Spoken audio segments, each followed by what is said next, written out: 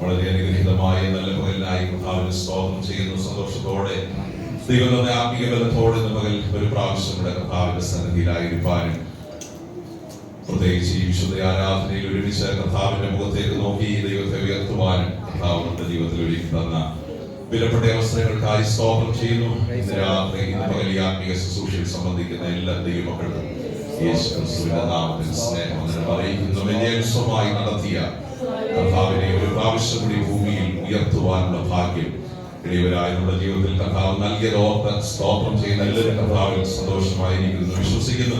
കഴിഞ്ഞ ഒരാഴ്ച കൂടി ദൈവത്തിന്റെ സംരക്ഷണം അനുഭവിക്കാൻ നമുക്ക് എല്ലാവർക്കും ദൈവം നൽകിയ വിലപ്പെട്ട അവസരങ്ങൾക്കായി സ്തോത്രം ചെയ്യുന്ന എല്ലാവരെയും കർത്താവ് അനുഗ്രഹിക്കട്ടെ. വളരെ പ്രാർത്ഥനയോടെ ദൈവവചനത്തിന് മുമ്പിൽ നമുക്ക് അല്പ നിമിഷങ്ങളായിരിക്കാം.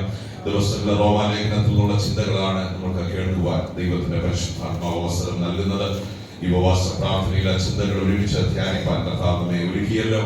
റോമാലേഖനം 8-ാം അധ്യായത്തിന്റെ അവസാന വേദഭാഗങ്ങളാണ് ദിവസങ്ങളിൽ കുറിവാക്യമായി എടുത്ത് ദൈവത്തിന്റെ വചനം ധ്യാനിപ്പാൻ കർത്താവ് നമുക്ക് അവസരം നൽകുന്നത്. ആ വേദഭാഗങ്ങൾ ഒന്നുകൂടെ വായിച്ച് കേൾപ്പിക്കുന്നു. റോമാലേഖനം 8-ാം അധ്യായം അതിന് 35 മുതൽ 39 വരെയുള്ള വാക്യങ്ങൾ ഒന്നുകൂടെ ശബ്ദമുയർത്തി വായിക്കുമല്ലോ. ക്രിസ്തുവിന്റെ സ്നേഹത്തിൽ നിന്നും നമ്മെ വേർപിരിക്കുന്നത് കഷ്ടതയോ സങ്കടമോ ഉപദ്രവമോ പട്ടിണിയോ നഗ്നതയോ ആപത്തോ വാളോ നിന്റെ നിമിത്തം ഞങ്ങളെ ഇടപെടാതെ കൊല്ലുന്നു, അറുപ്പാനുള്ള ആടുകളെ പോലെ ഞങ്ങളെ എണ്ണുന്നു എന്ന് എഴുതിയിരിക്കുന്നുവല്ലോ. നാമോ നമ്മെ സ്നേഹിച്ചവൻ മുഖാന്തരം ഇതിലൊക്കെയും പൂർണ്ണ ജയം പ്രാപിക്കുന്നു. മരണത്തിനോ ജീവനോ ദൂതന്മാർക്കോ വാഴ്ചകൾക്കോ അധികാരങ്ങൾക്കോ ഇപ്പോഴുള്ളതിനോ വരുവാനുള്ളതിനോ ഉയരത്തിനോ ആഴത്തിനോ മറ്റൊരു യാതൊരു സൃഷ്ടിക്കോ മറ്റ് യാതൊരു സൃഷ്ടിക്കും നമ്മുടെ കർത്താവായ യേശുക്രിസ്തുവിലുള്ള ദൈവസ്നേഹത്തിൽ നിന്ന് നമ്മെ വേർപിരിപ്പാൻ കഴിയുകയില്ല എന്ന് ഞാൻ ഉറച്ചിരിക്കുന്നു. നമ്മുടെ സാക്ഷ്യമായിരിക്കും. ഒന്നിനും ക്രിസ്തുവിന്റെ സ്നേഹത്തിൽ നിന്ന് നമ്മെ വേർപിരിക്കാൻ കഴിയും. അങ്ങനെ പ്രാർത്ഥിച്ചെന്ന് പറഞ്ഞ് നമുക്ക് തുടങ്ങാം. ഹൃദയം കൊണ്ടൊന്ന് പ്രാർത്ഥിക്കണം. ഒന്നിനും ക്രിസ്തുയേശുവിന്റെ സ്നേഹത്തിൽ നിന്ന് എന്നെ വേർപിരിപ്പാൻ ഇടയാകരുതപ്പ. ഈ വിശ്വാസ ജീവിതത്തിൽ ആ സ്നേഹത്തോട് എന്നെ ചേർത്ത് നിർത്തണമേ നമുക്ക് ദൈവസന്നിധിയിൽ പ്രാർത്ഥിക്കാം.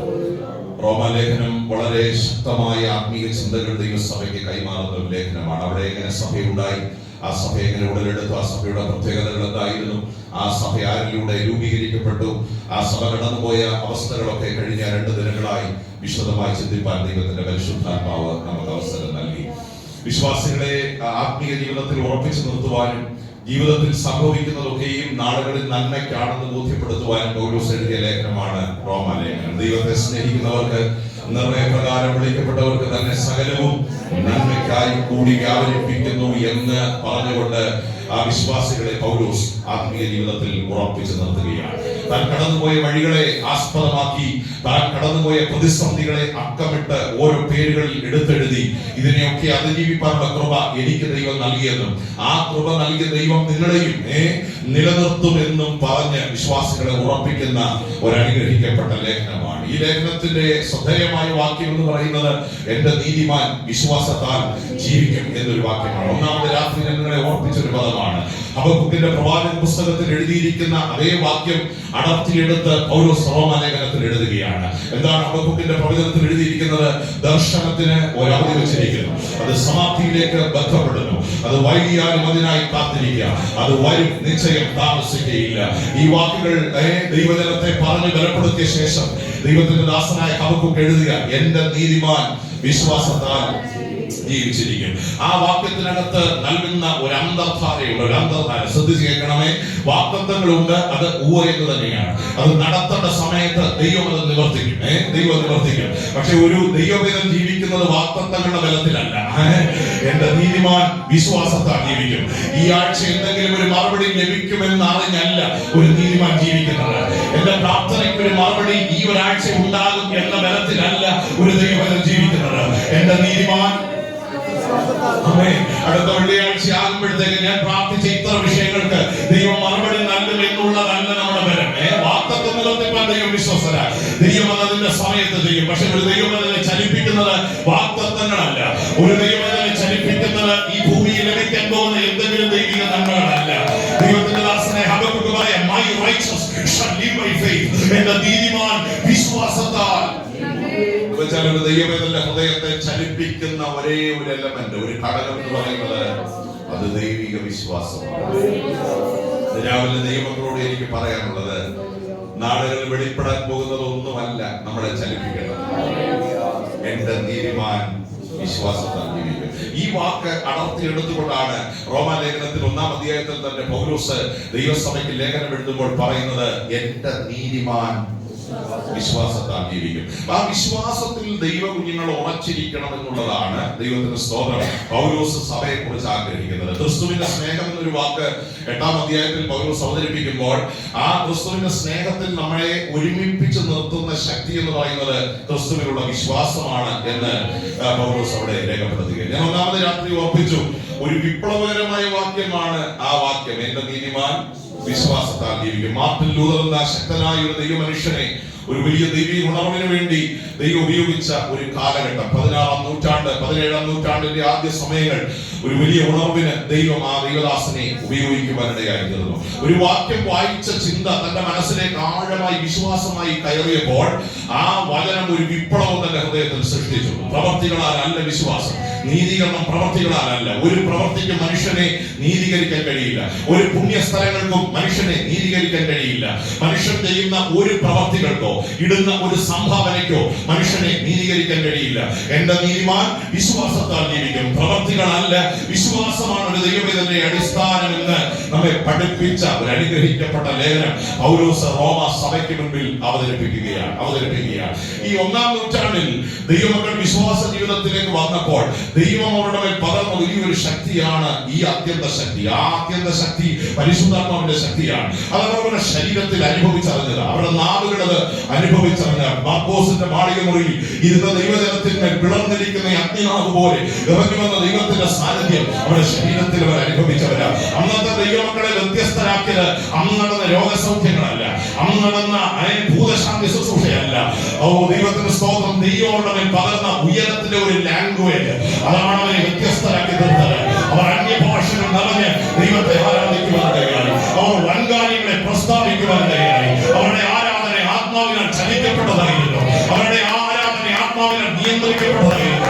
അവരുടെ വചന ശുശ്രൂഷ ആത്മാവിനാൽ നിയന്ത്രിക്കപ്പെട്ടതായിരുന്നു. പരിശുദ്ധാത്മാവാണ് സകലത്തെയും കൺട്രോൾ ചെയ്തത്.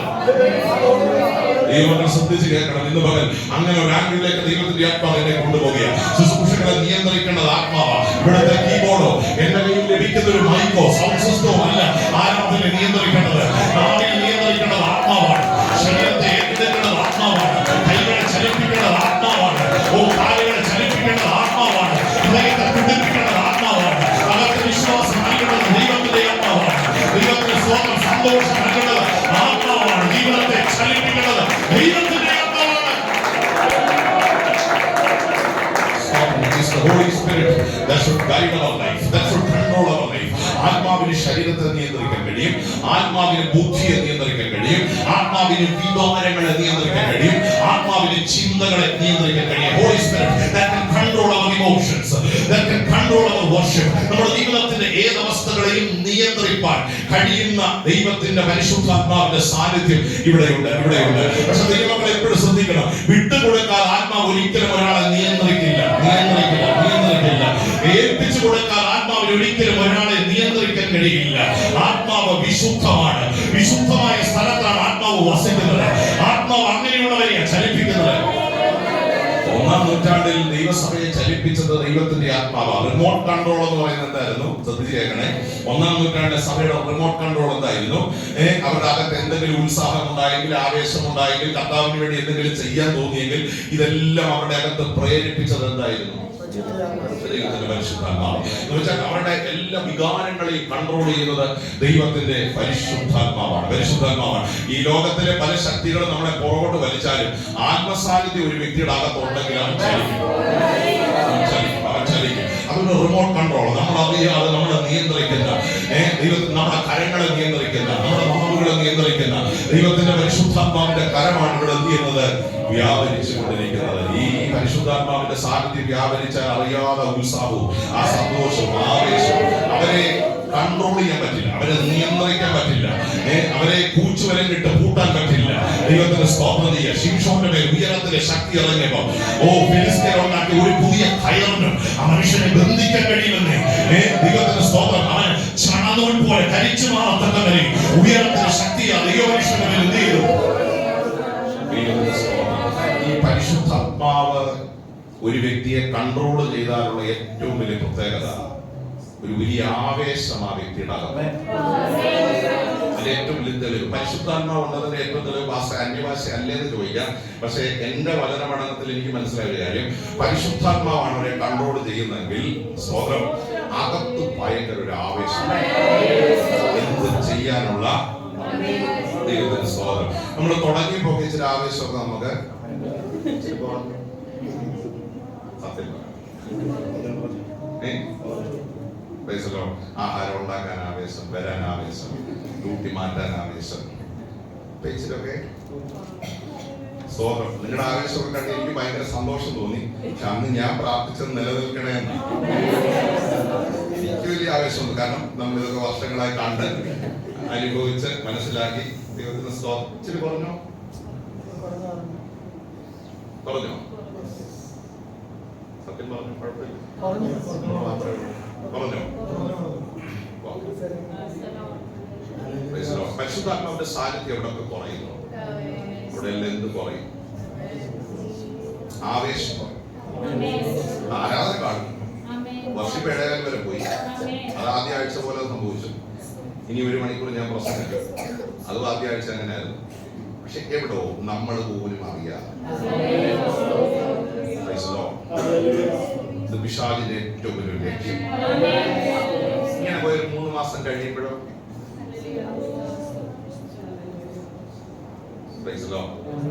പക്ഷെ ഏറ്റവും വലിയ പ്രത്യേകത ഇത് നമ്മൾ അറിയുന്നില്ലെന്നുള്ളതാണ്. അതേറ്റവും രസം. നമ്മൾ വിചാരിക്കുന്നു കാര്യങ്ങളെല്ലാം നോർമലായി, പക്ഷെ നമ്മൾ പോലും അറിയാതെ എവിടെയൊക്കെയോ നമ്മൾ ഇന്ന് ഉത്സാഹം ചെയ്യുക.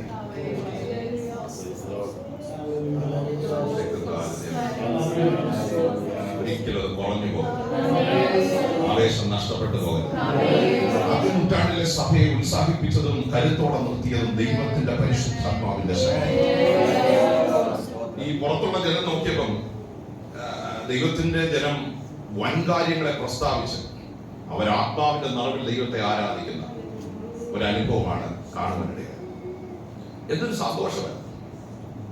അന്നത്തെ ചരിത്രകാരന്മാരൊക്കെ എഴുതിയിരിക്കുന്നത് ഈ പെന്തിക്കോസ്തുകാരുടെ ആരാധന കാണാൻ തന്നെ ആൾക്കാർ പോകുമായിരുന്നു. അവർക്ക് വലിയ താല്പര്യം ഉണ്ടായിട്ടല്ല, പക്ഷെ ഇത് കാണുന്നത് തന്നെ പിന്നെ എന്താണ് ഇതിന്റെ പ്രത്യേകത? കാണുന്നവരുടെ അകത്ത് ഒരു അറിയാത്ത സന്തോഷം. ഇപ്പൊ നമ്മുടെ മോൻ കണ്ട അടുത്തിരിക്കുന്നവർക്ക് സന്തോഷമുണ്ടോ? നമ്മുടെ ആ ആത്മസന്തോഷം കണ്ട് ചുറ്റുമുള്ളവർക്ക് ഒരാവേശം തോന്നുന്നുണ്ടോ?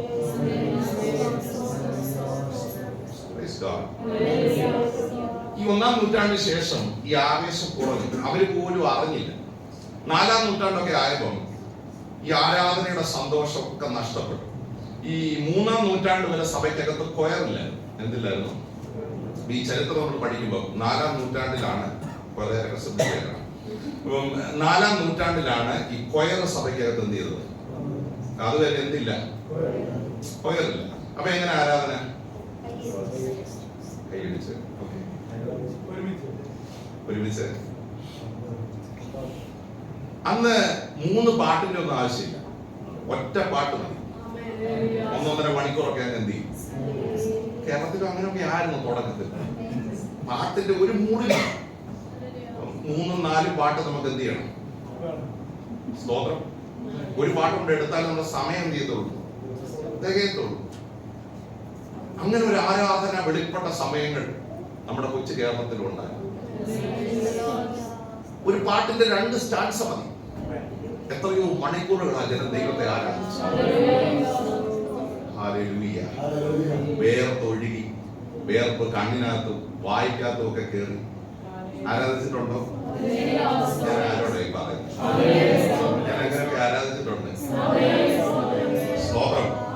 ഒരറ്റത്തുനിന്ന് മറ്റേ അറ്റത്തേക്ക് തെറിച്ചു പോകുന്ന ദൈവശക്തി ഒരു വ്യക്തിയുടെ മേൽ വ്യാപരിച്ചു. ഒരു വ്യക്തിയെ ഒതുക്കാൻ കഴിയാതെ, ഒരു ആരാധനയ്ക്ക് ഒരു പാസ്റ്റർക്കോ പിടിച്ചു വെക്കാൻ കഴിയാതെ ആത്മാവിന്റെ നാവിൽ ജനം ദൈവത്തെ ആരാധിച്ച, ദൈവസന്നിധിയിൽ സന്തോഷിച്ച, ആത്മീയ ഉണർവ് വ്യാപരിച്ച ഒരു കാലഘട്ടം.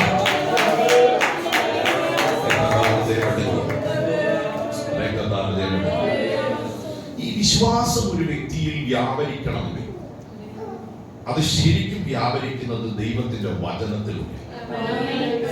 എന്റെ നീതിമാൻ വിശ്വാസത്താൽ നമ്മൾ ആ വാക്ക ചിന്തിക്കുന്നത്. അപ്പം വിശ്വാസം ശരിക്കും ഹൃദയത്തിൽ വ്യാപരിക്കണമെങ്കിൽ അത് ദൈവത്തിന്റെ വചനത്തിലൂടെയാണ് ചെയ്യുന്നത്, വ്യാപരിക്കുന്നത്. എബ്രായ ലേഖനം എന്നെടുത്ത് 4-ാം അധ്യായം അതിന്റെ 1-2 വാക്യം നമ്മൾ വായിക്കാം. ഇതിനോട് ചേർത്തുള്ള ഒരു പദമാണ് എബ്രായ ലേഖനം Hebrews chapter 4 verses 1 and 2. അവന്റെ സ്വസ്ഥതയിൽ പ്രവേശിപ്പാനുള്ള വാഗ്ദത്തം ശേഷിച്ചിരിക്കയാൽ നിങ്ങളിൽ ആർക്കെങ്കിലും അത് ലഭിക്കാതെ പോയി എന്ന് വരാതിരിപ്പാൻ നാം ഭയപ്പെടുക. അവരെ പോലെ നാമും ഒരു സദുർമാനം കേട്ടവരാകുന്നു. എങ്കിലും കേട്ടവരിൽ വിശ്വാസമായി പരിണമിക്കായതുകൊണ്ട് കേട്ട വചനം അവർക്ക് ഉപകാരമായി വന്നില്ല. കേട്ടതൊന്നും അവർക്ക് എന്തായി വന്നില്ല? കാരണം ഉപകാരമായി വരാഞ്ഞതിന്റെ കാരണം ഈ കേട്ടതൊന്നും അവരിൽ വിശ്വാസമായി പരിണമിച്ചു. ഹോളിൽ ഉണ്ടായിരുന്നു എന്ന് ചോദിച്ചാൽ ഇസ്രായേൽ മക്കളെ കുറിച്ചാണ് ഈ എബ്രായ ലേഖനത്തിന്റെ തുടക്കത്തിലെല്ലാം ദൈവത്തിന്റെ ദാസനായ പൗലോസ് വാചാലമായി സംസാരിക്കുന്നത്.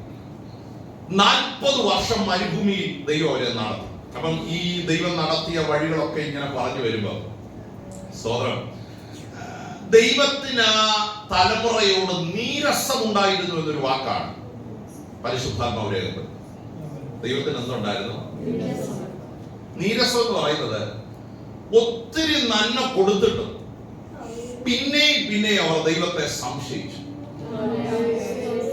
ദൈവത്തിന് വേദന ഉണ്ടാകാൻ കാര്യം കൊടുത്തിട്ടും ആകാശത്തിന്റെ കിളിവാതിൽ തുറന്നു, സമുദ്രത്തിന്റെ അടിത്തട്ടിൽ നിന്ന് കാടയെ പുറത്തു കൊണ്ടുവന്നു, ആകാശത്തിൽ നിന്ന് മഞ്ഞ് പൊഴിഞ്ഞ മഞ്ഞ റെഫ്രിജറേറ്ററിനകത്ത് കേടുകൂടാതെ വെക്കുന്നത് പോലെ താഴോട്ട് പൊഴിച്ചിട്ടു, ചെങ്കടലിനെ 2ആക്കി, മാറയെ മധുരമാക്കി. അവർ കണ്ട എത്രയോ അത്ഭുതങ്ങൾ അവരുടെ ജീവിതത്തിൽ ഉണ്ടായിരുന്നു. പക്ഷെ എന്നിട്ടും ഇന്നലകളെക്കാൾ ഇന്നത്തെ സാഹചര്യങ്ങൾ അവരെ വിശ്വാസത്തിൽ ക്ഷീണിപ്പിച്ചു. എനിക്ക് തോന്നുന്നു ഇത്രയും നല്ല മെസ്സേജ് കേട്ട ഒരു ഗ്രൂപ്പ് ലോകത്ത് വേറെ ഇല്ല. കാരണം ആരാ പ്രസംഗിക്കുന്നത്? ചീഫ് പാസ്റ്റർ ആരാ? എന്റെ കൂടെ ഉണ്ടോ? ഞങ്ങളെ കൂടെ സാധാരണക്കാരൊന്നുമല്ല. ദൈവം ഇതുപോലെ അഭിമുഖമായി അറിഞ്ഞു ഒരു പ്രവാചകൻ ഇസ്രായേലിൽ. എന്തൊരു പ്രിവിലേജ് ആയിരുന്നല്ലേ, എന്തൊരു ഭാഗ്യമായിരുന്നല്ലേ. നിങ്ങൾക്ക് ഞാൻ പറയുന്നത് മനസ്സിലാകുന്നുണ്ടോ? ചില ദൈവാസന്മാർക്കുള്ള ഒരു അനുഗ്രഹമായിരുന്നു. അപ്പൊ മോശ 40 വർഷം മെസ്സേജ് പറഞ്ഞതാരാ? ദൈവത്തിൽ നിന്ന് നേരിട്ട് പ്രാപിച്ചു ജനത്തിന് കൈമാറിയ ഒരു ദൈവ മനുഷ്യൻ. എങ്കിലും അവർ മിക്ക പേരിലും ദൈവം പ്രസാദിച്ചു. ഒരു ലേഖനത്തിൽ പൗലോസ് പറയുന്നു, ഒരേ ആത്മീയ പാറയിൽ നിന്ന് അവർ കുടിച്ചു, അവർ കഴിച്ചത് ഒരേ ആത്മീയ ആഹാരമാണ്. എന്നിട്ട് പൗലോസ് പറയുക, അവർ മിക്ക പേരിലും ദൈവം പ്രസാദിച്ചില്ല. അപ്പൊ എത്ര നല്ല പാസ്റ്റർ ഉണ്ടായിട്ടും കാര്യമില്ലെന്ന വചനം എന്ത് ചെയ്യുന്നു? എന്റെ കൂടെ ഉണ്ടോ? കഴിഞ്ഞ ദിവസം ഞാൻ അടുത്ത് പ്രസംഗിച്ചപ്പോ പറഞ്ഞു, ഈ യോഹന്നാൻ സ്നാപകനെ പോലെ ഒരു പാസ്റ്റർ ഒന്നും ഉണ്ടായിരുന്നെങ്കിൽ സഭകളിൽ എന്തായിരിക്കും അവസ്ഥ? മുഖത്ത് നോക്കി സർപ്പസന്തതികളെന്നൊക്കെ എത്ര പേര് സഭയെ കാണുമെന്നുള്ളതാണ്. ഇവിടെ ഉണ്ടോ? ആൻസറിന്റെ അയ്യരി കളിയായിരിക്കും. മനസ്സിലാകുന്നുണ്ടോ? നിങ്ങൾ ശ്രദ്ധിച്ചേ, ഏറ്റവും നല്ല പാസ്റ്റർ ഉണ്ടായതുകൊണ്ടോ, ഏറ്റവും നന്നായി പഠിപ്പിക്കാൻ അറിയുന്നവരുണ്ടായതുകൊണ്ടോ, ഏറ്റവും നല്ല മെസ്സേജ് കേട്ടത് കൊണ്ടോ രക്ഷപ്പെടണമെന്നില്ല.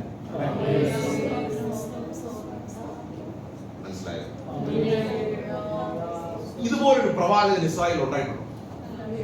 40 വർഷം ഈ ദൈവദാസനല്ലേ ഇവരോട് ദൂത് പറഞ്ഞു. എന്നിട്ടും മിക്ക പേരിലും ദൈവം എന്താ കാരണം എന്നറിയാമോ?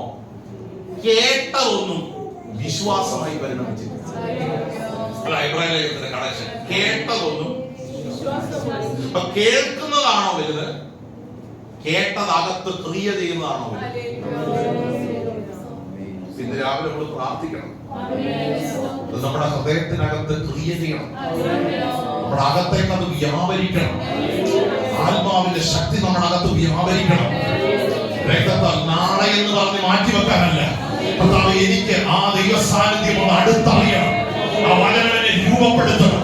ആ വചനം എന്നെ ശുദ്ധീകരിക്കണം. ആ വചനം എന്നെ കഴുകണം.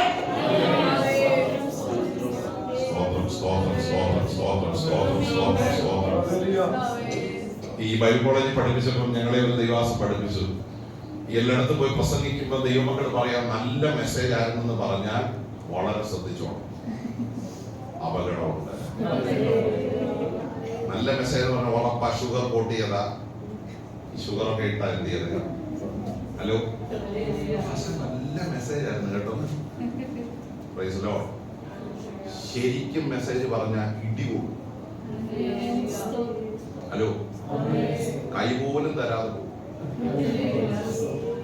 കാരണം അത് മാനസാന്തരത്തിന്റെ ദൂത, ശുദ്ധീകരിക്കുന്ന ദൂത, മനുഷ്യനെ ഉറപ്പിക്കുന്ന ദൂത. രക്തത്താൽ ജയമെടുക്കുക, രക്തത്താൽ ജയമെടുക്കുക, രക്തത്താൽ ജയമെടുക്കുക.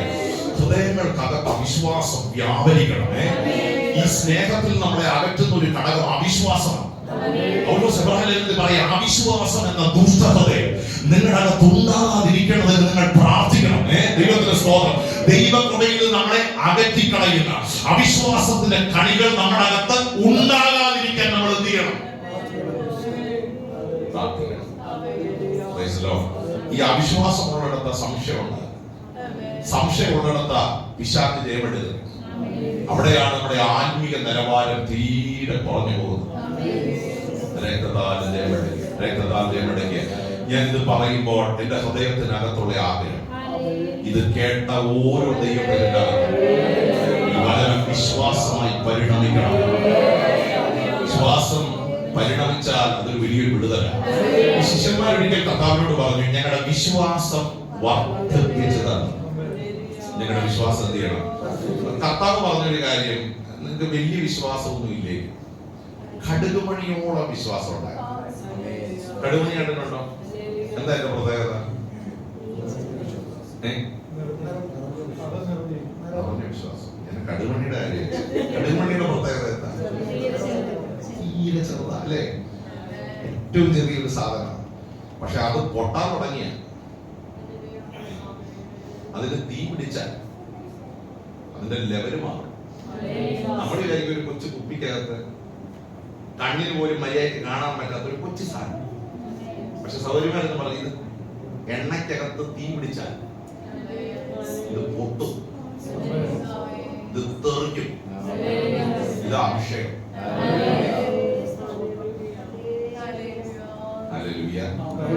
വലിയ കാര്യമൊന്നുമല്ല കർത്താവ് പഠിപ്പിച്ചത്, കൊച്ചു കാര്യം.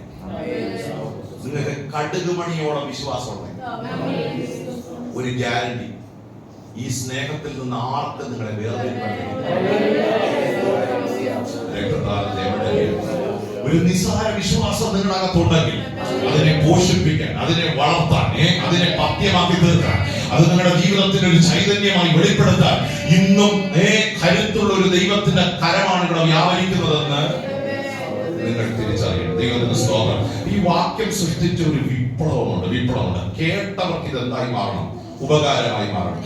4-ാം നൂറ്റാണ്ടിൽ കൊയർ വന്നു, അനാചാരങ്ങൾ സഭയ്ക്കകത്ത് വന്നു, ദൈവത്തിന്റെ സ്തോത്രം, മാമൂലികൾ വന്നു, പ്രവർത്തികൾ കൊണ്ടുള്ള വിശ്വാസത്തിന് ഊന്നൽ കൊടുത്തു.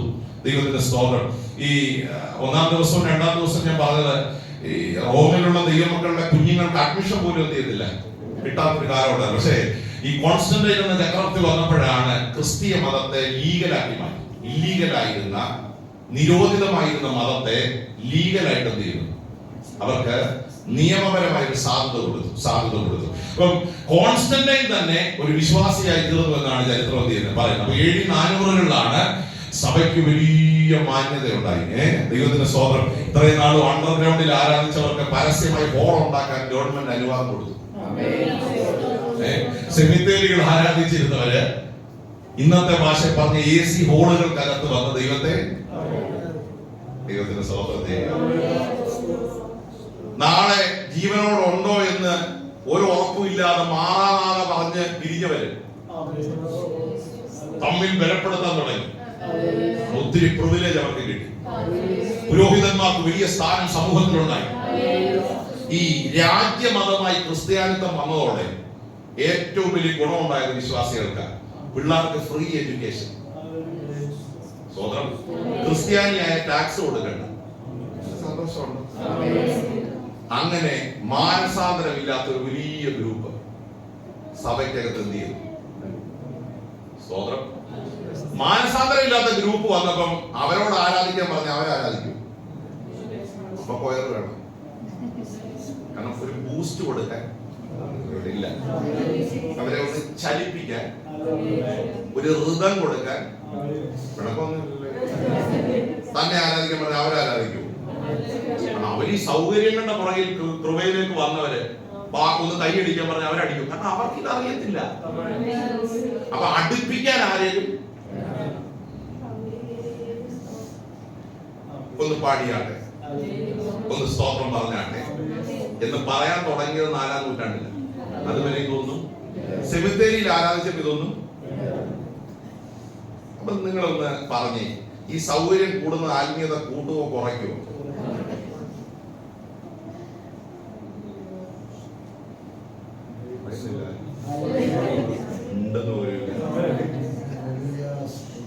നമ്മളെ ഒന്ന് ഇവാലുവേറ്റ് ചെയ്ത് നമ്മുടെ സൗകര്യങ്ങൾ വർദ്ധിക്കുന്നതോറും നമ്മുടെ ആത്മീയത കൂടുവോ കുറയ്ക്കുവോ?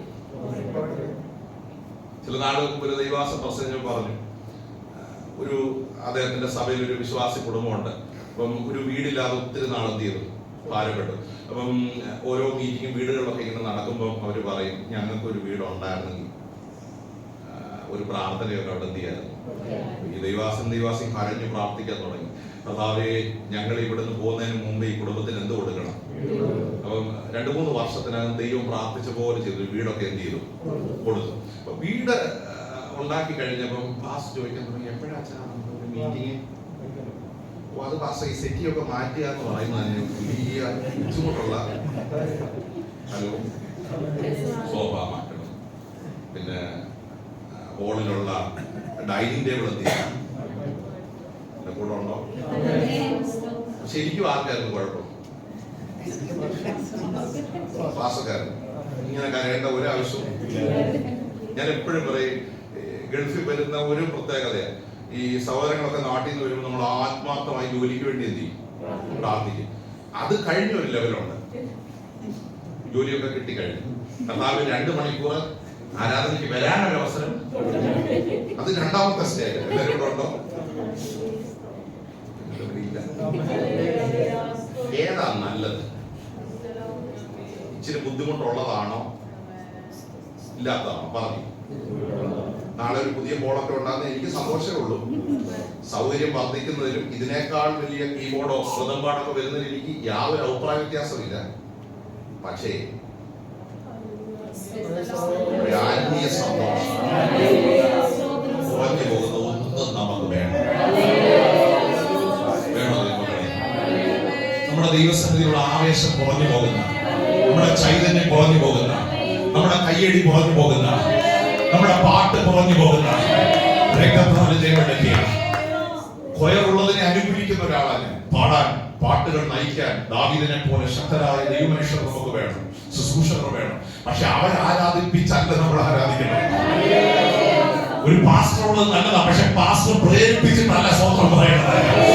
നമ്മുടെ അകത്ത് ആവേശം അറിയാതെ ദൈവത്തിന്റെ ആത്മാവ് പകരണം.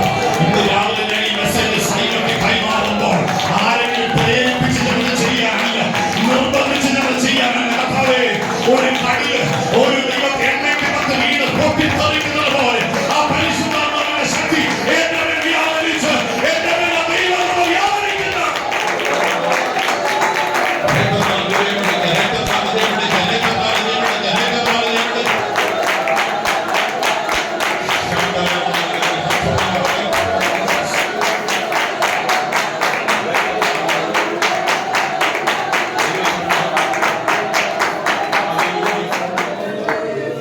കഴിഞ്ഞ ദിവസം ഒരു അച്ഛനെ പരിചയപ്പെട്ടു. അപ്പൊ അദ്ദേഹം കുറച്ച് നാളെ അവിടെ അമേരിക്കയിൽ ചെന്നിട്ട് ഗൾഫിൽ നിന്നാണ് അദ്ദേഹം അമേരിക്കയിലോട്ട് എത്തിയത്. അപ്പോൾ ഈ ഗൾഫിൽ നിന്ന് അമേരിക്കയിലോട്ട് പോകുമ്പോൾ പെട്ടെന്നുണ്ടാകുന്ന ഒത്തിരി മാറ്റങ്ങളുണ്ട്, മനസ്സിലുണ്ടാകുന്ന വേദനകളുണ്ട്. അതിൽ ഒരു വേദന ആത്മീയ വേദന തന്നെ.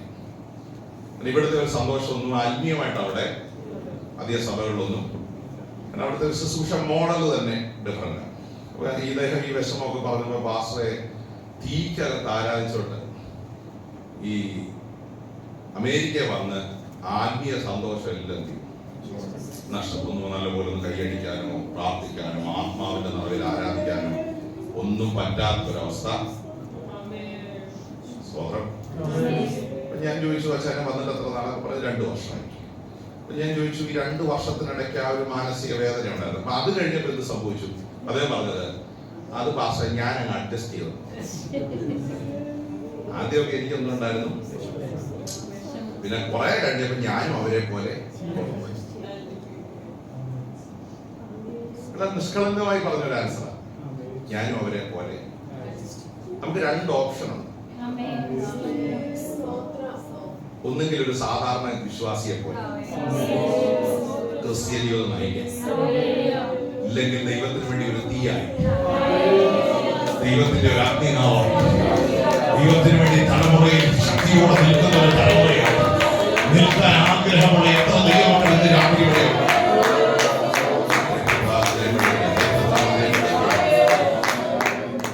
പരപ്രേരണയാലല്ല ദൈവമക്കൾ ആരാധിക്കുന്നത്. പരിശുദ്ധാത്മാവാണ് നമ്മുടെ അകത്ത്.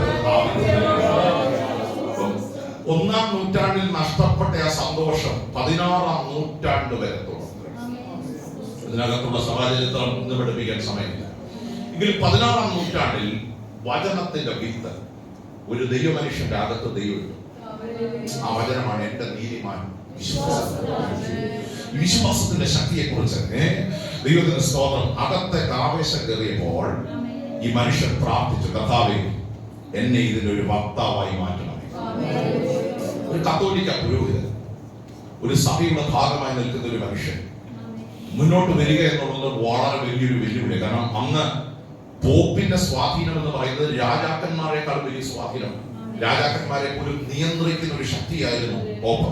അതിന്റെ കീഴിൽ പ്രവർത്തിക്കുന്ന ഒരു സാധാരണ പുരോഹിതന് ഇതിനെയൊക്കെ വെല്ലുവിളിച്ച് അതിജീവിച്ച് ആത്മീയ സന്തോഷത്തിലേക്ക്, വചനത്തിന്റെ വെളിപ്പാടുകളിലേക്ക് മടങ്ങി വരിക എന്നുള്ളത് വളരെ ശ്രമകരമായ ഒരു കാര്യമായി. പക്ഷേ അദ്ദേഹം ഒരു കാര്യം തീരുമാനിച്ചു, ഈ സ്നേഹത്തിൽ നിന്ന് എന്നെ വേർതിരിപ്പാൻ ഈ ലോകത്തിൽ ഒരു ശക്തിക്കും കഴിയുകയില്ല.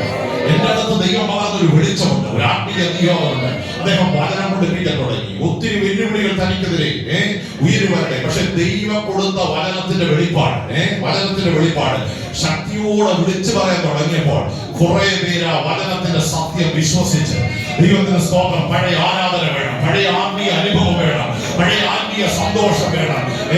സഭയെ നിയന്ത്രിക്കുന്നത് ആത്മാവാണ് എന്നുള്ള ആ ദൈവിക നിയോഗം ഏറ്റെടുത്ത് ആ ദൈവ മനുഷ്യൻ വചനം വിളിച്ചു പറയാൻ തുടങ്ങി. വിശുദ്ധിയുടെ ദൂത്, നിർമ്മലതയുടെ ദൂത്, പരമാർത്ഥതയുടെ ദൂത്, ജനത്തെ ശുദ്ധീകരിക്കുന്ന ദൂത്, ജനത്തെ ദൈവത്തോട് അടുപ്പിക്കുന്ന ദൂത്. ദൈവത്തിന്റെ സ്തോത്രം. ഈ ദൈവമനുഷ്യന്മാരെ ജോൺ വെസ്ലിയിലൂടെ, കാൽവിനിലൂടെ, സ്വിംഗ്ലി എന്ന് പറയുന്ന അനുഗ്രഹിത ദൈവദാസനിലൂടെ, ജോൺ ഹസ്സിലൂടെ, ഈ അഭിഷക്തന്മാരിലൂടെ ദൈവത്തിന്റെ വചനം ജനത്തിന് കൈമാറാൻ തുടങ്ങി. അന്ന് ബൈബിൾ വായിക്കാൻ സാധാരണക്കാർക്ക് അനുവാദമില്ല.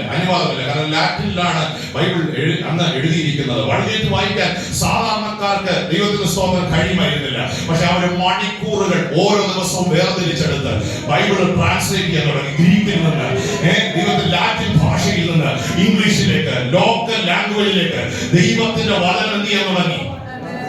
സ്തോത്രം. വില കൊടുത്തൊരു തലമുറയുണ്ട് കേട്ടോ. നിങ്ങൾ എപ്പോഴും ശ്രദ്ധിക്കണം. ഈ വചനം നമ്മുടെ കയ്യിൽ തരാൻ ഇതിന്റെ പിന്നിൽ അധ്വാനിച്ച അനേക ദൈവദാസന്മാർ ഒരു പട്ടിക ഇതിനകത്തുണ്ട്. ഇത് അഭിമാനത്തോടെ എടുക്കണം കേട്ടോ. ഇത് അഭിമാനത്തോടെ നെഞ്ചോട് ചേർത്ത് വെക്കണം. ഒരു സാധാരണ വിശ്വാസിക്ക് വായിച്ചറിയത്തക്ക നിലയിൽ ഈ ലാംഗ്വേജിലേക്ക്, അവരുടെ ലോക്കൽ ലാംഗ്വേജിലേക്ക് ബൈബിൾ ട്രാൻസ്ലേറ്റ് ചെയ്യാൻ തുടങ്ങി. ട്രാൻസ്ലേറ്റ് ചെയ്യാൻ തുടങ്ങിയപ്പോൾ ഏറ്റവും വലിയ ഗുണം, വീടുകൾക്കകത്ത് വചനമെത്തി. ഈ വചനം വായിക്കാൻ തുടങ്ങി. ഇത് വിശ്വാസമായി പരിണമിക്കാൻ തുടങ്ങി. ഇത് ഹൃദയങ്ങളെ ദൈവത്തിന്റെ ആത്മാവ് ഏറ്റെടുക്കാൻ തുടങ്ങി. ഇങ്ങനെ ജീവിച്ചാൽ പോരാ. ഒരു സാധാരണ വിശ്വാസിയാൽ പുറകിൽ എവിടെയെങ്കിലും പോയിരുന്ന് ജീവിച്ചു തീർക്കേണ്ട ഒരു ജീവിതം അല്ല ദൈവകൃപ.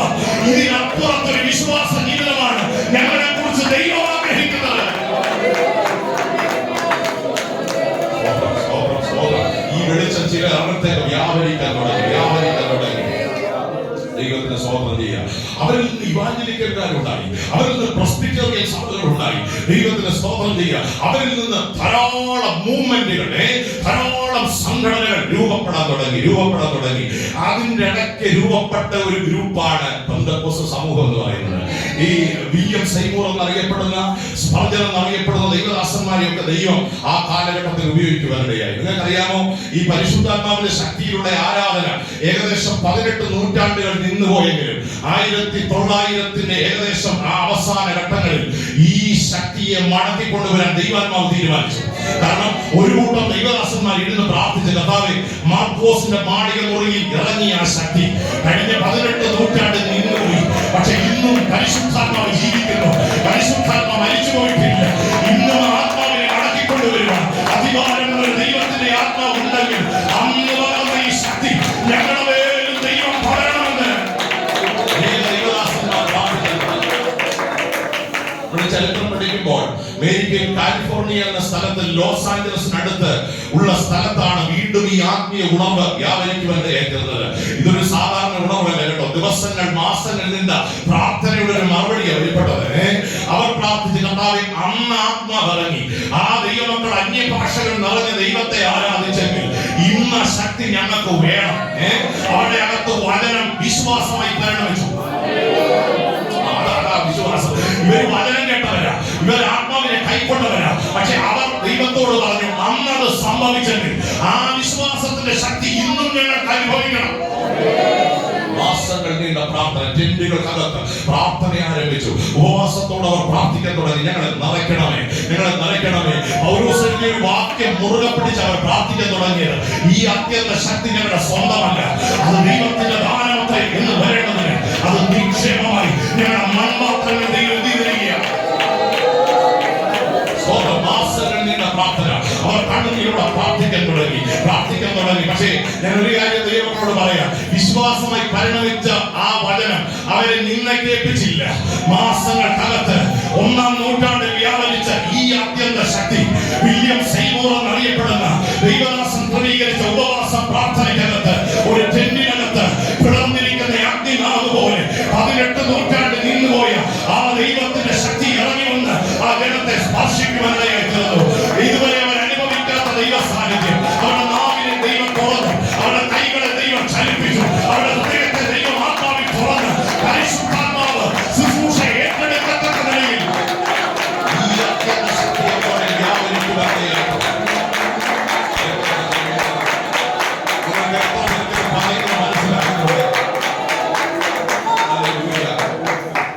അങ്ങനെ അവർ പ്രാർത്ഥിക്കാൻ കാരണം വാക്യം മാറ്റരുതേ, കേട്ട വചനം വിശ്വാസമായി പരിണമിച്ചു. പക്ഷേ മിക്ക പേരിലും അത് വിശ്വാസമായി പരിണമിച്ചില്ല. പക്ഷേ ഒരു ചെറിയ സമൂഹത്തെ ദൈവാത്മാവ് ഉണർത്തി. അന്യഭാഷകൾ നിറഞ്ഞുള്ള ആരാധന 1890-കൾ 1900-ന്റെ ആദ്യ ഭാഗങ്ങളിൽ ലോകത്തിന്റെ വിവിധ രാജ്യങ്ങളിൽ വ്യാപരിക്കാൻ. അങ്ങനെ ഇരിക്കുമ്പോഴാണ് പണ്ഡിത് രമാബായി എന്ന ദൈവദാസിയും ഈ ലോസ് ആഞ്ചലസിൽ നടന്ന ഉണർവിനെ കുറിച്ച് കേട്ടു. ഒരു സഹോദരിമാരുടെ ഒരു കൂട്ടവുമായി ഇരുന്ന് അവര് മുക്തി മിഷൻ എന്നറിയപ്പെടുന്ന പൂനെയിലെ ഒരു ആശ്രമത്തിനകത്ത് പ്രാർത്ഥിച്ചുകൊണ്ടിരിക്കുകയാണ്. പണ്ഡിത് രമാബായി പറഞ്ഞു, ഈ ശക്തി അവിടെ വ്യാപരിച്ചെങ്കിൽ എന്റെ ഇന്ത്യയിലും ഈ ഉണർവ് ദൈവം അതിന് ഉപയോഗിച്ചത് ഒരു ദൈവദാസനെ അല്ല, ഒരു ദൈവദാസിയെ. നിങ്ങൾക്ക് കടുകുമണിയോളം വിശ്വാസം ഉണ്ടെങ്കിൽ ആ കടുകുമണിയെ ദൈവം ഒരു തീയായി മാറ്റാൻ ഇംഗ്ലണ്ടിൽ പോയി പഠിച്ച ഉന്നത വിദ്യാഭ്യാസം ഉണ്ടായിരുന്ന ഒരു ദൈവ മനുഷ്യ, ആ ദൈവദാസി അന്ന് ഏറ്റവും അധികം ശുശ്രൂഷയിൽ ആകർഷിക്കപ്പെട്ട ഉത്സാഹത്തോടെ ചെയ്തിരുന്ന ഒരു ശുശ്രൂഷ ബൈബിൾ ട്രാൻസ്ലേഷൻ ആയിരുന്നു. മറാത്തിയിലേക്ക് ദൈവത്തിന്റെ സ്തോത്രം, ഇന്ത്യയുടെ വിവിധ ലാംഗ്വേജുകളിലേക്ക് ദൈവത്തിന്റെ വചനം ഭാഷാന്തരം ചെയ്തുകൊണ്ടിരിക്കുകയാണ്. അതിനൊരു ദൈവദാസിയെ ഉപയോഗിച്ചു. അപ്പൊ അങ്ങനെ ഇരിക്കുന്ന സമയത്താണ് ഈ ഉണർവിനെ കുറിച്ച് കേട്ടത്. ഒരു അകത്തൊരാവേശം, ഈ ശക്തി ഞങ്ങൾക്ക് വേണം. ആരുടെ സ്വന്തമല്ലല്ലോ, ഇത് ദൈവത്തിന്റെ ദാനം അത്രേ. മൺപാത്രങ്ങൾ എന്ത് ചെയ്യണം? സ്വന്തം. ഞാൻ ചിന്തിക്കുന്ന ഒരു കാര്യം, കാര്യമുണ്ട്.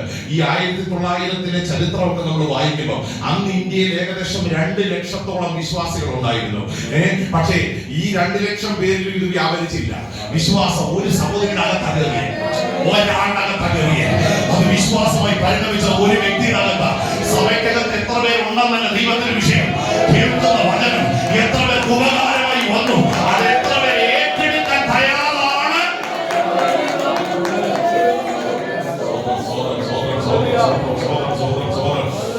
നിങ്ങളെ ദൈവത്തിൽ ഒന്ന് കത്തിക്കണമെന്നുണ്ട് കേട്ടോ. നിങ്ങളുടെ ദൈവത്തിന്റെ ആട് മാറിയില്ല, ഹൃദയത്തിന്റെ അടിത്തട്ടിൽ എനിക്ക് പ്രസംഗിക്കുന്നു.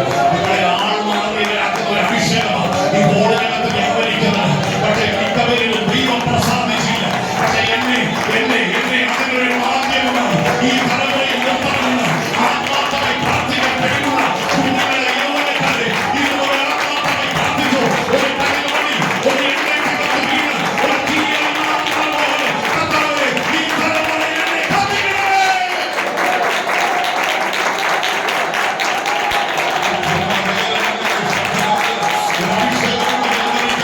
ചിലർ ആത്മാവിനെ ഏറ്റെടുക്കട്ടെ, ചിലർ ദൈവത്തിന്റെ നിയോഗം ഇതുവരെ ഏറ്റെടുക്കട്ടെ.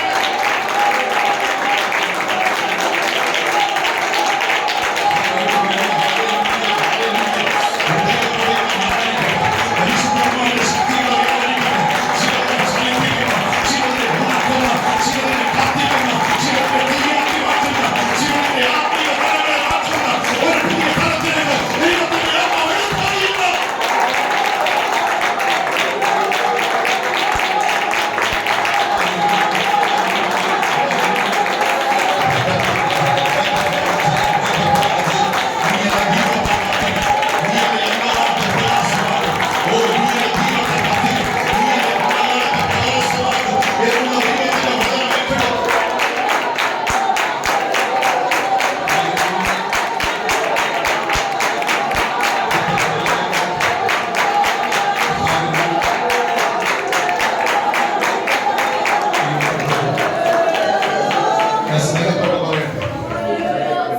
ഏറ്റവും നല്ല മെസ്സേജ് കേൾക്കുന്ന നല്ല വിഷയം, ഏറ്റവും നല്ല പാസ്റ്ററെ കിട്ടുന്ന നല്ല ഭാഗ്യം, ഏറ്റവും നല്ല ബൈബിൾ സ്റ്റഡി എഴുതിയെടുക്കുന്ന നല്ല വിഷയം, കേട്ടവരുടെ വിശ്വാസമുള്ള ഈ കുഞ്ഞുങ്ങളുടെ അകത്ത്, യൗവനക്കാരുടെ ഓരോ വ്യക്തിയുടെ അകത്ത് വെളിപ്പെടുന്ന ചില രൂപാന്തരങ്ങളെ കുറിച്ച്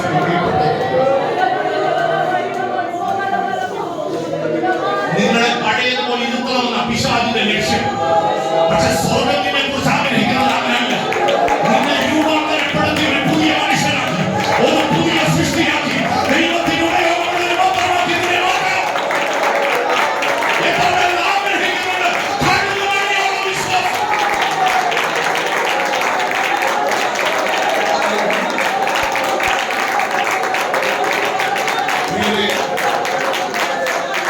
ഏകദേശം 2 ലക്ഷത്തോളം വിശ്വാസികൾ ഉണ്ടായിരുന്ന ഒരു ചരിത്ര പുസ്തകത്തിൽ വായിച്ചു. പക്ഷെ ഒരാളുടെ അവർ ആ സഹോദരിമാരുമായി ചേർന്ന് കരയാൻ തുടങ്ങി. ഞങ്ങൾക്ക് ഈ ശക്തി വേണം. 40 ദിവസത്തെ ഉപവാസ പ്രാർത്ഥന ക്രമീകരിച്ചു. ശ്രദ്ധിക്കട്ടെ, 40 ദിവസത്തെ ഉപവാസ പ്രാർത്ഥനയുടെ 21-ാം ദിനം പണ്ഡിത് രമാബായി പ്രാർത്ഥനയ്ക്ക് ഒരു കൂട്ട സഹോദരിമാരെ നിയോഗിച്ചാക്കി. അവർ ഓട്ടമിൽ അന്തർതലത്തിൽ ഇരുന്ന് പ്രാർത്ഥിച്ചുകൊണ്ടിരിക്കുക. ഈ പരിശുദ്ധാത്മ ശക്തിക്ക് വേണ്ടി പ്രാർത്ഥിച്ചുകൊണ്ടിരിക്കുമ്പോൾ ആ ദൈവദാസി മറാത്തി ലാംഗ്വേജിലേക്ക് ബൈബിള് മാർക്കോസിന്റെ സുവിശേഷം ട്രാൻസ്ലേറ്റ് ചെയ്തുകൊണ്ടിരിക്കുക. വിശ്വസിക്കുന്നവരാൽ ഈ അടയാളങ്ങൾ നടത്തും. അവർ പുതുഭാഷകളിൽ സംസാരിക്കും. ഈ വേദഭാഗം മാർക്കോസിന്റെ സുവിശേഷം അവസാന അധ്യായത്തിൽ നിന്ന് പകർത്തി മറാത്തി ഭാഷയിൽ എഴുതിക്കൊണ്ടിരിക്കുമ്പോൾ ഒരു സഹോദരി ഓടി വന്ന് പറഞ്ഞു, തീ അന്ധകാരയ്ക്കകത്ത് തീ വ്യാപരിക്കുക. പണ്ഡിത് രമാബായി എന്ന ദൈവദാസി ആ ട്രാൻസ്ലേഷൻ പെട്ടെന്ന് നിർത്തി. ആ അകത്തെ തളത്തിലേക്ക്, ഇന്നർ കോട്ടം എന്നറിയപ്പെടുന്ന അകത്തെ തളത്തിലേക്ക് കടന്നു ചെല്ലുമ്പോൾ ഒരു റബപ്പന്ത് തെറിക്കുന്നത് പോലെ മാർക്കോസിന്റെ മാളിക മുറിയിൽ വെളിപ്പെട്ട ആദ്യം 4ാം ക്ലാസ് തോറ്റ ഒരു സഹോദരിയുടെ പേര് ദൈവകൃപയാൽ ഇണങ്ങി വരുന്നത് കാണുക. ഹല്ലേലൂയ. ഇന്ന് രാവിലെ ഞാൻ ഈ മെസ്സേജ് ദൈവസഭയ്ക്ക് കൈമാറുമ്പോൾ കഴിവുള്ളവരെയാണ് ദൈവം ഉപയോഗിച്ചത്, വിദ്യാഭ്യാസമുള്ളവരെയാണ് ദൈവം ഉപയോഗിച്ചത്. 4ാം ക്ലാസ് തോറ്റ ഇംഗ്ലീഷ് ഭാഷയുടെ ABCD അറിയാത്ത ഒരു സഹോദരി പ്യുവർ ഇംഗ്ലീഷ് അന്യഭാഷകൾ നിറഞ്ഞ ദൈവത്തെ ആരാധിക്കുന്നു. ഈ ശക്തി വ്യാപരിച്ചപ്പോൾ ചുറ്റുമുള്ള സഹോദരിമാർക്ക് തോന്നിയ തീ വെളിപ്പെട്ടതാണ്. ആൾക്കറിയില്ല, ആ വെള്ളത്തിന് വേണ്ടി ഓടുക. എല്ലാവരും ഉണ്ടോ? ഈ വെള്ളം കൊണ്ട് ഒതുക്കാൻ പറ്റിയതല്ല. ഇത് നാടുകളായി നമ്മൾ പ്രാർത്ഥിക്കുന്ന ഒരു വിഷയമാണ്. ഞാൻ ഇപ്പോൾ ട്രാൻസ്ലേറ്റ് ചെയ്ത് നിർത്തിയുള്ളൂ. അവർ പുതുഭാഷകളിൽ സംസാരിക്കും. ഈ അത്യന്ത ശക്തിയെ തെറ്റിനകത്ത് വ്യാപരിക്കാൻ തുടങ്ങി. ഒരു കടുക് മണി പോലെ വെളിപ്പെട്ട ദൈവശക്തി, ദൈവത്തിന്റെ സ്വന്തം ഇന്ത്യയെ അടക്കി ഭരിക്കുന്ന ഒരു ശക്തിയായി മാറിയെങ്കിൽ തുടക്കം കുറിച്ചെങ്കിൽ ഇന്ന് രാവിലെ ചിലരോട് ദൈവത്തിന്റെ ആത്മാവ് പറയുക, ഈ സഭയ്ക്കകത്ത് ചിലതിന്റെ തുടക്കം ദൈവത്തിന്റെ ആത്മാവ് കുടിക്കത്തക്ക നിലയിൽ ചില കടുക് മണികളെ ഒരു തീപാത്രമാക്കി മാറ്റുന്ന ഒരു ദൈവത്തിന്റെ അത്യന്ത ശക്തി ഇപ്പോൾ വ്യാപരിക്കുന്നു.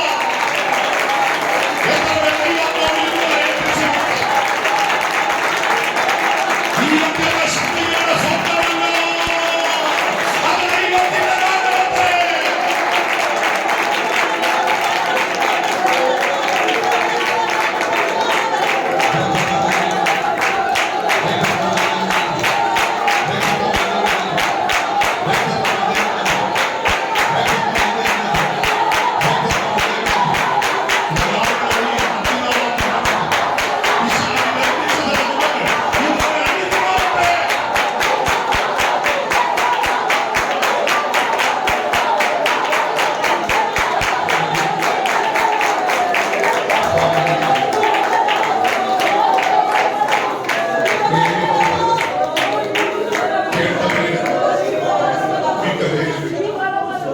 അത് വിശ്വാസമായി പരിണമിച്ചു.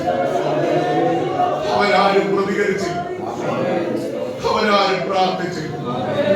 ഇതിനകത്തൊരു ന്യൂനപക്ഷം ദൈവത്തിന്റെ ആത്മാവ് നടത്തി.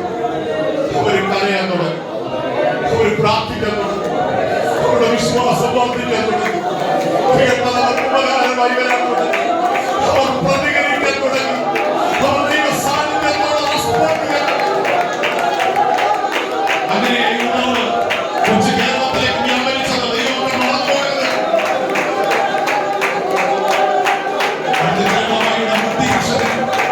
ആരംഭിച്ച ശക്തമായ ആസാമിലേക്ക്, മേഘാലയയിലേക്ക്, നോർത്ത് ഈസ്റ്റിന്റെ ഭൂമേഖലകളിലേക്ക് നമ്മൾ പാർക്കുന്ന കൊച്ചു കേരളത്തിലും അതിന്റെ തീ വരാനിടയാണ്.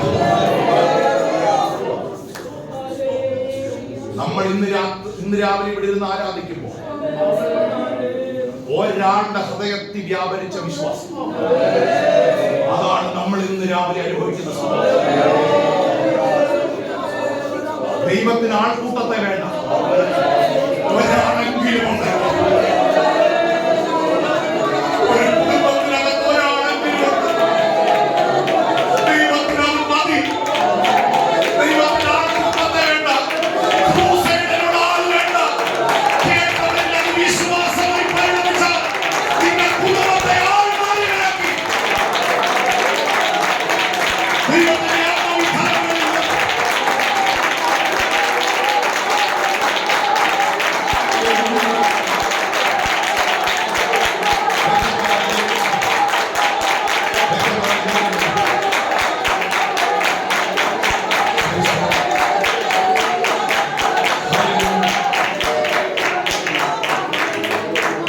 കേരളത്തിൽ ഈ അഗ്നി വ്യാപരിച്ചിട്ടുണ്ടോ? നമ്മുടെ മേശ നമ്മുടെ മുൻപിലുണ്ടാകും. ദൈവമനുഷ്യൻ ദൈവമനുഷ്യൻ ഈ അത്യന്ത ശക്തി വ്യാപരിക്കാൻ തുടങ്ങി. പക്ഷെ ശ്രദ്ധിക്കണേ, അവരൊക്കെ ഒരു ന്യൂനപക്ഷമായി, അവരൊക്കെ ചെറിയ സംഘങ്ങളായി. പക്ഷെ അവരെ ദൈവം ഉപയോഗിക്കാൻ തുടങ്ങിയപ്പോൾ ഒരു സമൂഹം എണ്ണീറ്റ് കേട്ടോ. ആ സമൂഹത്തിന്റെ പ്രത്യേകത പറയാം. ആര് സ്തോത്രം പറയിപ്പിക്കണ്ട, ആരും കൈയെടുപ്പിക്കണ്ട, ആരും പ്രാർത്ഥിക്കാൻ പറയണം, ആരും ആരാധിക്കാൻ നിർബന്ധിക്കണ്ട. അവർ സ്വയം ചെയ്തു. കേട്ടത് അവർ ജീവിതത്തിൽ വിശ്വാസമായി.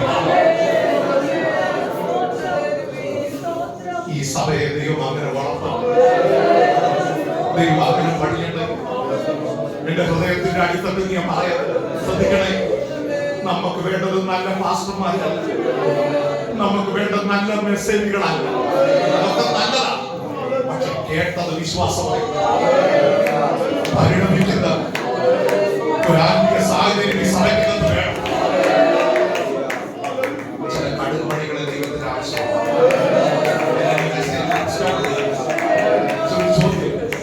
ചില കടുകുമണികളെ വേണം. കടുകുമണിക്ക് പാവമൊന്നുമില്ല. ഹലോ, എന്റെ കൂടെ ഉണ്ടോ? അതിന് വലിയ സൈസോ അതിന് വലിയ സൗന്ദര്യമൊന്നുമില്ല. പക്ഷെ ഇതെപ്പ തീക്കകത്ത് വീഴുന്നു, അതിന്റെ നിറമാണ്, അതിന്റെ മണമാണ്, അതിന്റെ രുചിമാണ്. ദൈവത്തിന് ഇതിനകത്ത് ചിലരെ കണ്ണുടച്ച് പ്രാർത്ഥിച്ചു. ഒരു അരമണിക്കൂർ മെസ്സേജ് പറയണമെന്നുണ്ട്. ദൈവസ്ഥാനത്തെ കരഞ്ഞൊന്ന് പ്രാർത്ഥിച്ചു. എന്നെ ആ കടുപടിയാകണേ. കണ്ണുകളെല്ലാം അടച്ചു. എല്ലാരും പ്രാർത്ഥിക്കണമെന്ന് ഞാൻ പറയുന്നില്ല, പക്ഷെ വിശ്വാസമായി പരിണമിച്ച ജനങ്ങൾക്ക് എന്നെ ഒരു കടുപടിയാകണം.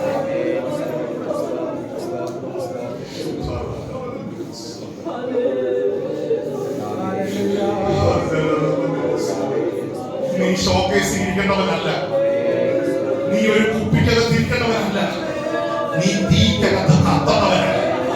നിന്നിലുള്ള രുചി വ്യാപരിക്കണം, നിന്റെ മണം വ്യാപരിക്കണം. പക്ഷെ വ്യാപരിക്കണമെങ്കിൽ പരിശുദ്ധാത്മാവിന്റെ എണ്ണയ്ക്കകത്ത് വീണ